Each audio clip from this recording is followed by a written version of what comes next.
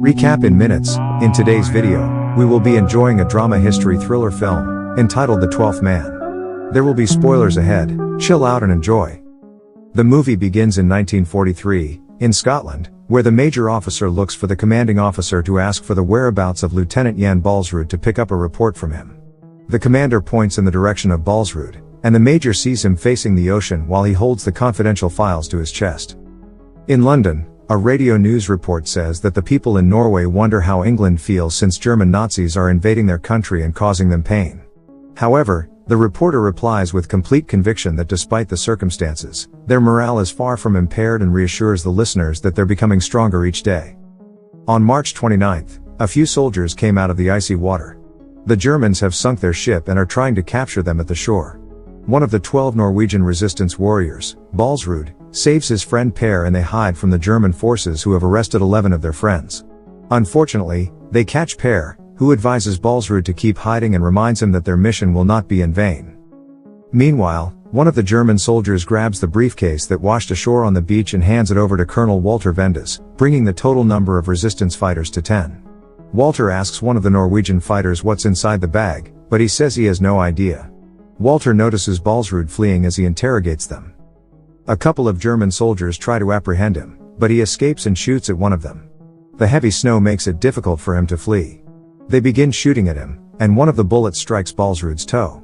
His toe begins to bleed all over the snow. The German soldiers try to track him down using the blood trail, but he manages to get away.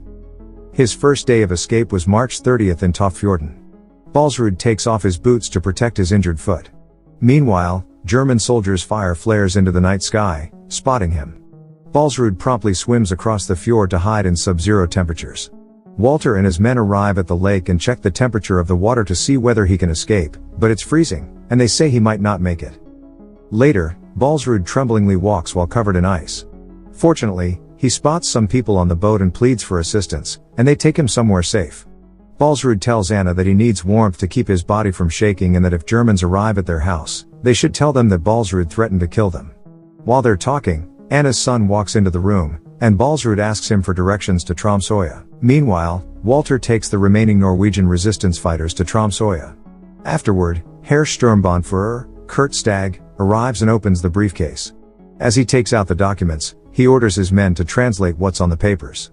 Upon counting the prisoners, he asks the whereabouts of the 12th man and says that the Germans are supposed to capture 12 fighters in the fjord. Stag orders Walthers to search every house in the area and focus on people with medical knowledge, assuming that Balsrud's still alive.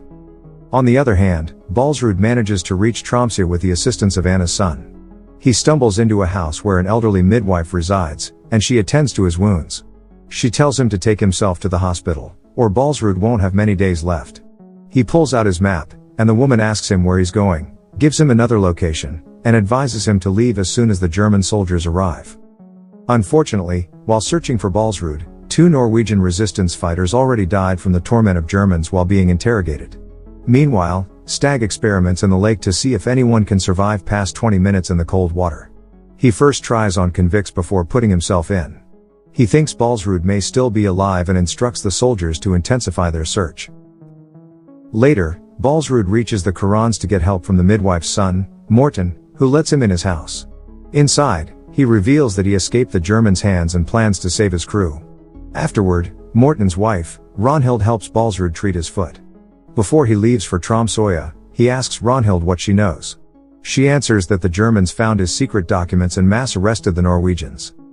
Balsrud also asks about his crew. She tells him that Sigurd got tortured to death, but Reichelt is still alive, although Germans will execute them all tonight. Later, Balsrud changes his mind and explains to Margareth, Ronhild's daughter, that he'll no longer be able to help his crew escape. Instead, he will go to Sweden, a neutral country where he'll be safe. The night comes, and the Norwegian resistance officers await their execution. As they fall in line, Walter insists that Balsrud, the 12th man, is already dead and that the Reich main security office contacted him for the report. Stag believes Balsrud is still alive. While they talk, the Norwegian resistance officers sing their anthem just before they die. The following day, Balsrud arrives at his next stop, the house of a local fisherman named Adam Schmidt. Adam assists him on the fishing boat to escape Reb Benasoya. Upon reaching the boat, he checks his injured foot, and Adam gives him a backpack, skis, food, and extra clothes for his trip.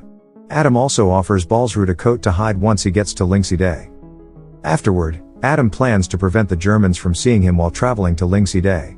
He also reminds Balsrud to be careful of Herr Sturmbannführer, a highly decorated German officer named Kurt Stagg, who still believes Balsrud is alive. He then says that no one's escaped from him before, and Kurt will surely never let a saboteur like Balsrud escape. While Walter praises his decision, Kurt finally writes the report that says they caught the 12 Norwegian resistance officers. He tells his man to type his letter and send it to Berlin as soon as possible. A while later, Balsrud gets to the shore on his way to Lingxi Day. But, before Balsrud leaves the beach, Peter reminds him that a boat awaits him on the other side, and he must leave it adrift so that no one will know where he goes. Balsrud will eventually reach the border after crossing the mountain. However, it'll take him 2 to 3 days, depending on the weather, but since he has skis now, he has a chance of escaping. On April 5th, Lingxi Day, his 7th day of escape, Balsrud slips on the snow while skiing and almost gets seized by Stagg. Luckily, he fails to recognize Balsrud and lets him proceed. Only when he walks away does he realize who the man is. Later, a military plane suddenly appears and shoots at him. An avalanche occurs because of the constant shooting. Balsrud gains consciousness and is in severe pain after getting covered by the avalanche. He's full of injuries, his nails are coming out, and he falls unconscious again. Meanwhile, Stagg gets a report from the pilot about Balsrud's tracks in Lingxi Day and the possibility of being alive. Afterward, he walks towards one of his soldiers, whom he ordered to send the letter to Berlin, who confirms that he has already sent the letter. With bloodshot eyes, Balsrud tries to crawl out of the snow as he reaches the border. Luckily, he escapes immediately, just before the 2 German soldiers get to his location. But they recover some of Balsrud's stuff that he left behind. While walking in the Lingxi Day forest, Balsrud hallucinates talking to himself. Meanwhile, a Nazi sympathizer interrogates Marius Granvol about Balsrud. He tells him nothing and sees Balsrud walking towards them. Marius then refuses to say anything and lets them leave their farm. Marius and his sister, Gudrun, immediately approach Balsrud to treat him. On April 11th, on Granvol's farm, his 13th day of survival, Balsrud wakes up with Gudrun sitting beside him. While Balsrud removes the cloth covering his eyes, Gudrun says he's talking while asleep. Balsrud reveals that he has vital information that the Germans must never get, and it would be better if Gudrun didn't know anything. Suddenly, Stagg and his men arrive at the Granvol farm to check on Balsrud for the second time. Stagg almost finds Balsrud in the hayloft, but luckily, Balsrud successfully hides his body under the hay. Afterward, the Granvols puts Balsrud on a ski as they move him out and put him on the boat. Marius safely brings him to another mountain. After, Marius leaves Balsrud in a tiny cabin and leaves Balsrud to rest. However, Balsrud struggles to help himself get up due to his injuries. As he wakes up, he sluggishly opens the door to check if there are people outside. However, it seems like his dreams are playing with him as he repetitively wakes up from different nightmares about getting captured by the Germans. Unfortunately, Balsrud suffers from nightmares the whole night, giving him the idea of cutting his injured toe to end his suffering. On the 26th day, 12 days in the cabin, Marius and his men return to deliver the news about getting him to Sweden. Balsrud prepares himself while watching Marius and his men renovate the sleigh so that it can hold him. Marius tells Balsrud that someone from Mandolin town will meet them to help Balsrud get across the border. Despite the difficulty of getting Balsrud to sleigh on the steep mountains, Marius and his men successfully take Balsrud to Mandolin. However, Marius fails to meet the people on the big rock who will help Balsrud, leaving him no choice but to go as they need to hurry back home. Before leaving Balsrud, Marius hides him under the big rock and informs Balsrud that the Mandolin boys will use the code "Hello, gentlemen" to find him. Night comes, and Balsrud begins freezing as the temperature falls. Yet, he survives after being inspired by watching the Northern Lights. 4 days later, one of the Mandolin boys informs Marius that they couldn't find Balsrud. To Marius' dismay, they went to Olme-Jarvi instead of the stone in Olme-Vagi. He tells Gudrun that he'll mark the stone himself and find Balsrud together with Agneta to nurse Balsrud. Then, upon reaching the stone, they see Balsrud alive and still breathing. Agneta immediately treats him while Marius marks the spot. Afterward, Balsrud sends regard to Gudrun as Marius and Agneta leave him again. On the 36th day of running away from the Germans, the Mandolin boys reach the Gentleman Rock and save Balsrud. Balsrud wakes up, and Migo tells him that he'll take him to Sweden. Despite the wintry weather in the mountain, Migo and the boys deliver Balsrud to a safe place to rest as they accidentally get hit by a blizzard. However, Balsrud begins to panic after learning they've turned back, so Migo explains that they've seen Germans near the border.